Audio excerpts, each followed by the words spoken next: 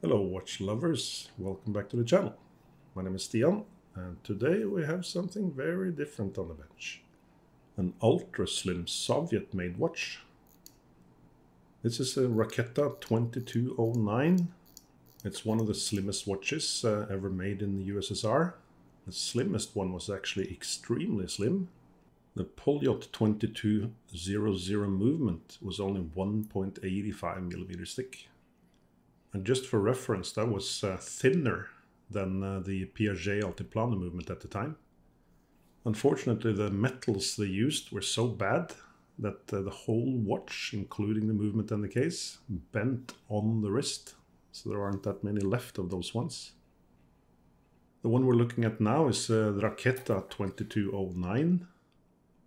They decided to put this movement into a case that doesn't really showcase how thin the movement is, because the movement is only 2.7 millimeters thick with the seconds hand. So that is actually very thin. This watch itself is a little bit more than 8 millimeters thick, which is also very slim, but it doesn't really look that slim due to the case construction. We'll see very soon though that the movement is very, very thin, and it's got a really, really cool design. So we saw that the case was gold plated.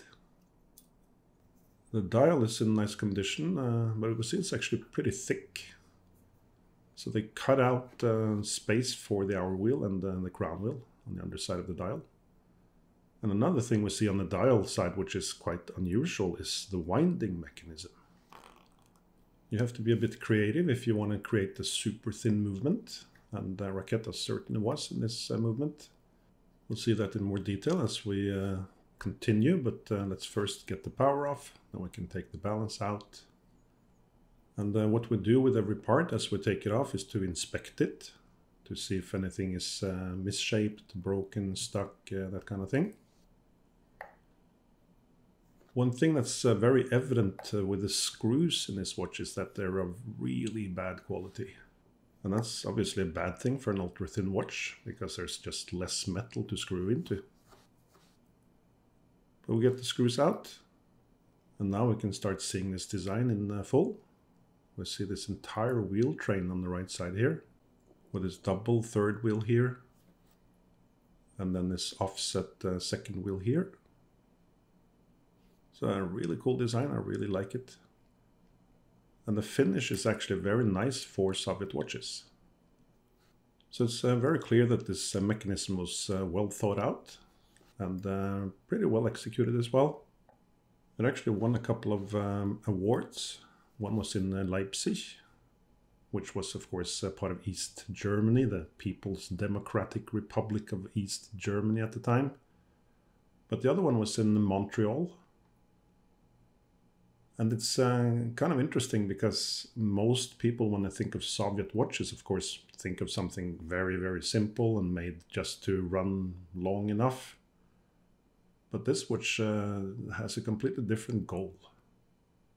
The goal with a movement like this, and watches made, of course, with this movement, is to showcase what you can do, what you're capable of doing.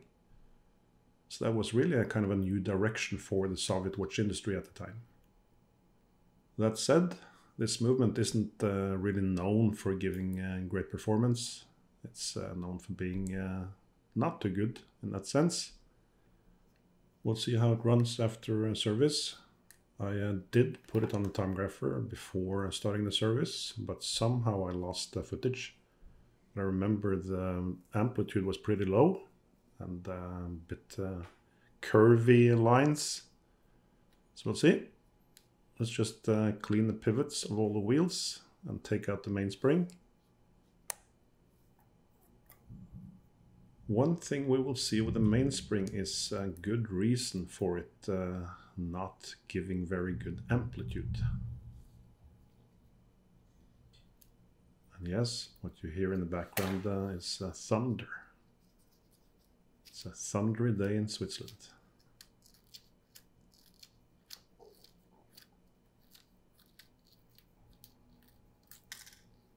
So for those wondering, no, a mainspring should not have a sharp bend like that. And it should also not flex up and down when we touch it, like this one. That means it's not flat. That means it rubs against the drum or the lid, which will of course create friction and then the loss of amplitude. One more thing I wanted to mention about the movement. This is the Raketa 2209, but there are other Soviet 2209 movements. The Raketa is probably the least common, or at least less common than, for instance, the Polyot version. When I say version, it's really a different movement. The thing is that 2209 was actually a code given by the Soviet authorities, given that this was a dictatorship. So 22 is the diameter of the movement, and 09 indicates that it has shock protection and that it has central seconds. So the Polyot 2209 would be the same diameter, it would have central seconds and shock protection, but it is an entirely different design. It is ultra slim, slightly thicker than the Raketa, and the same can be said for the Luch and the Wimpel, for instance. Alright, let's get the parts into the cleaning machine. Let someone else do the work for a while.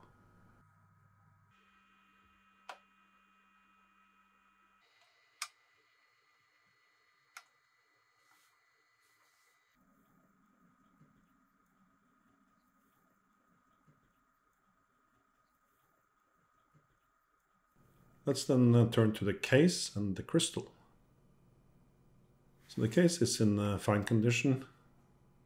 It's gold plated and of Soviet design, so we don't want to start polishing it. But we are going to clean it in the ultrasonic, so let's get that going.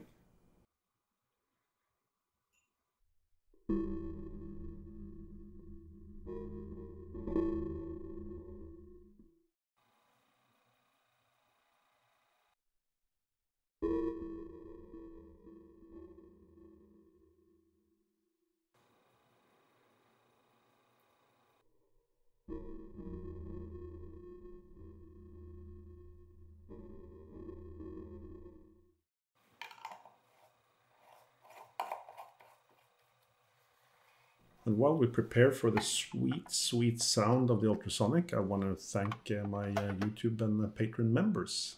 It's a growing list, that's very nice to see. The members get extra videos, they get different versions of these videos with much more focus on the technical details and so forth. So if you're interested in learning more, then you can join our thriving community. You can check the join button below here, or you can go to patreon.com at this URL.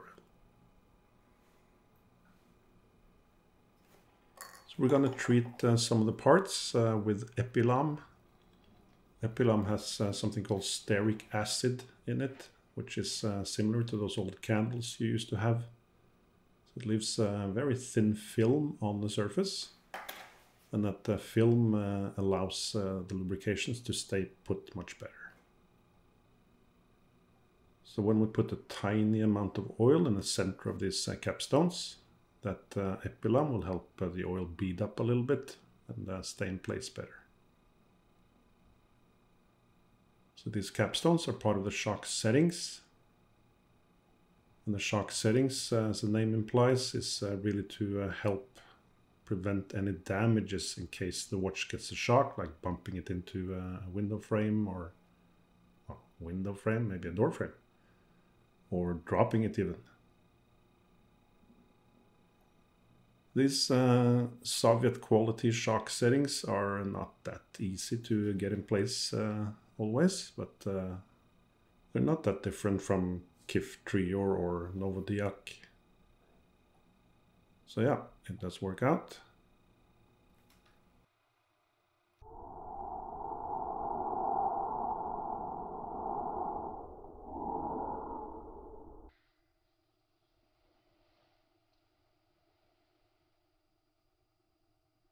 And that looks all right. So then we can proceed with the rest of the movement. So we are, of course, going to put in a new mainspring. One problem when getting mainspring is that they do not give us the size of the inner hole, inner loop. And this one turned out to be quite a lot bigger than the one we need.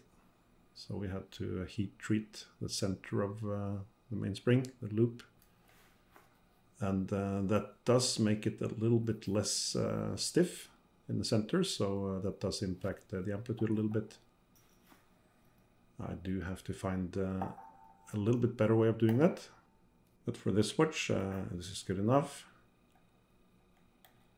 Speaking of Soviet quality, I do have to make a joke I did make one time before for a different Soviet watch. And this was a joke inside the Soviet Union. So it goes like this. What do you call something that does not fit in the ass and does not buzz? A Soviet-made ass buzzer. All right, for those of you who are not in the market for ass buzzers, we are going to reassemble the train. It has a lot of pivots, but it's very straightforward to assemble, given that the movement is so thin. The pivots are also correspondingly short, which means they're not going to wobble almost at all. So we see the movement has one extra wheel compared to most movements. And that fourth wheel that is double layered then is both part of the gear train, and it also drives the second pinion. Honestly, I really love this design. I think it's very, very cool. I think this movement in the hands of Swiss watchmakers with better materials and of course much nicer finishing would be a really excellent movement. So I am doing something wrong here. If you see what I'm doing wrong, then let me and the rest of us know in the comment field. I will get back to this a little bit later on in the video.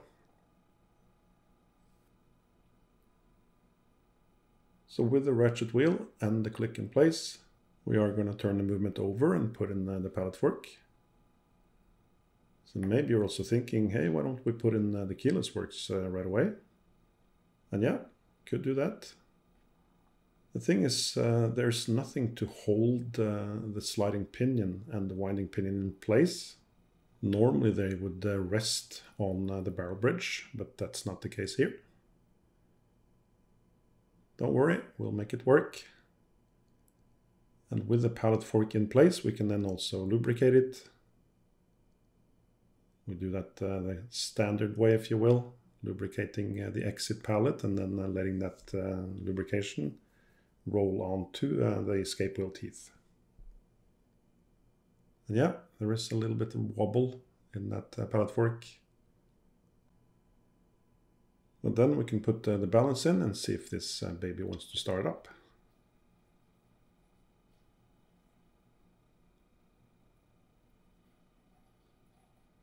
Yeah, there we go. Always nice to see. We can then lubricate all the different jewel holes.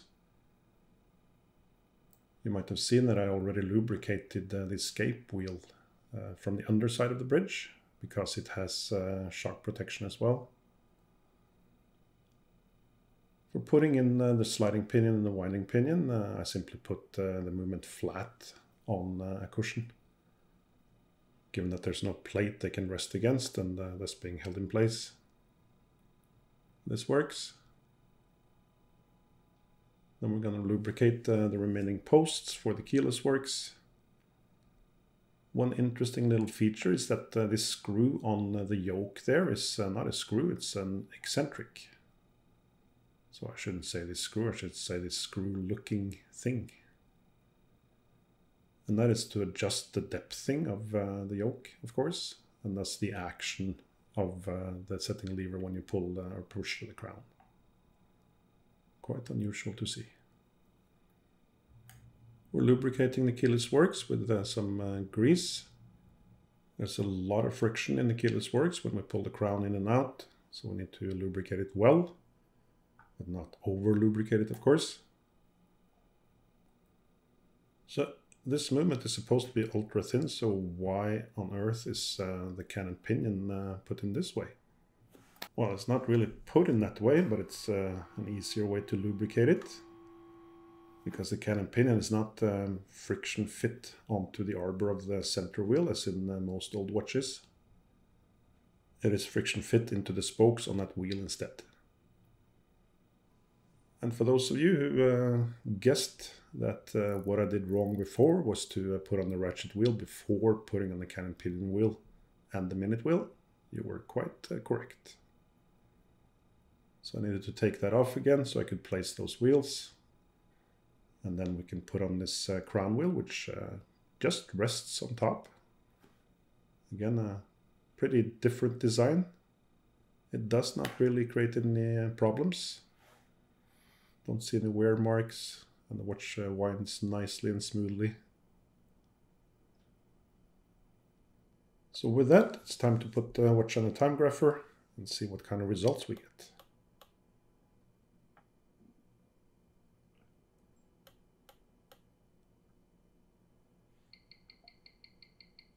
No, these are not stellar results.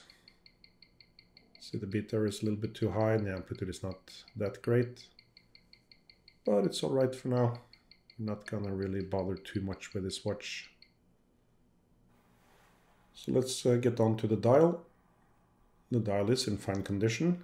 There are some wear marks around the edge and those tiny spots around the dial. There's nothing that can be done about that. It's not like you can clean it. It's not dirty. That's not the problem. It is simply degradation of the varnish. And then that degradation has allowed the paint underneath to become tarnished. With the dial firmly secured, we can put the movement back into the spacer ring. There's a couple of screws and clamps to secure it. And then when we're going to put the hands on, we're going to first clean them a little bit. Just using a leather buff for that.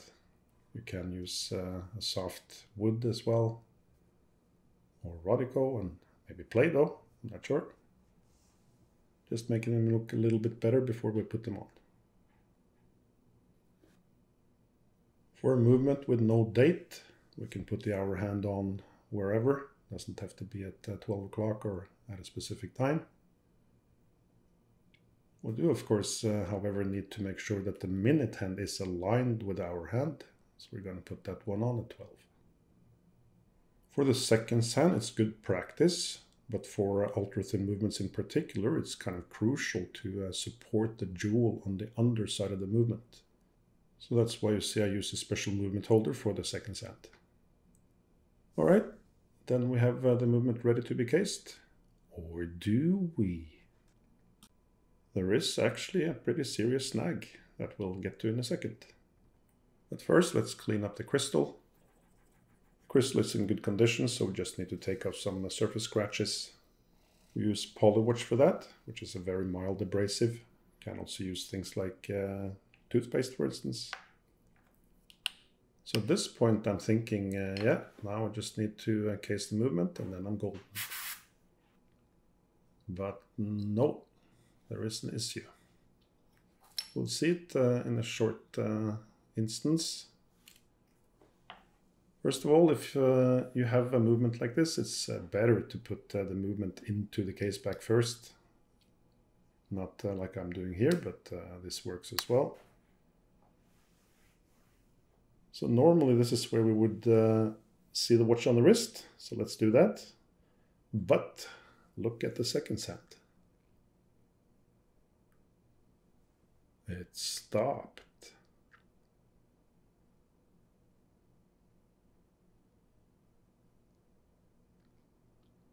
And then it starts moving again. So it turns out someone had glued the second hand to the pivot, because it was actually loose on the pivot. So when the watch was lying flat, then it would have enough friction to actually rotate. But not when the watch was moved in any other position. So what you see me do was to simply tighten up the tube for the hand a little bit, and then it works fine. Before seeing the watch on the wrist again, I just want to remind everyone that at vintagewatchservices.eu you will always find more than 100 beautiful vintage watches.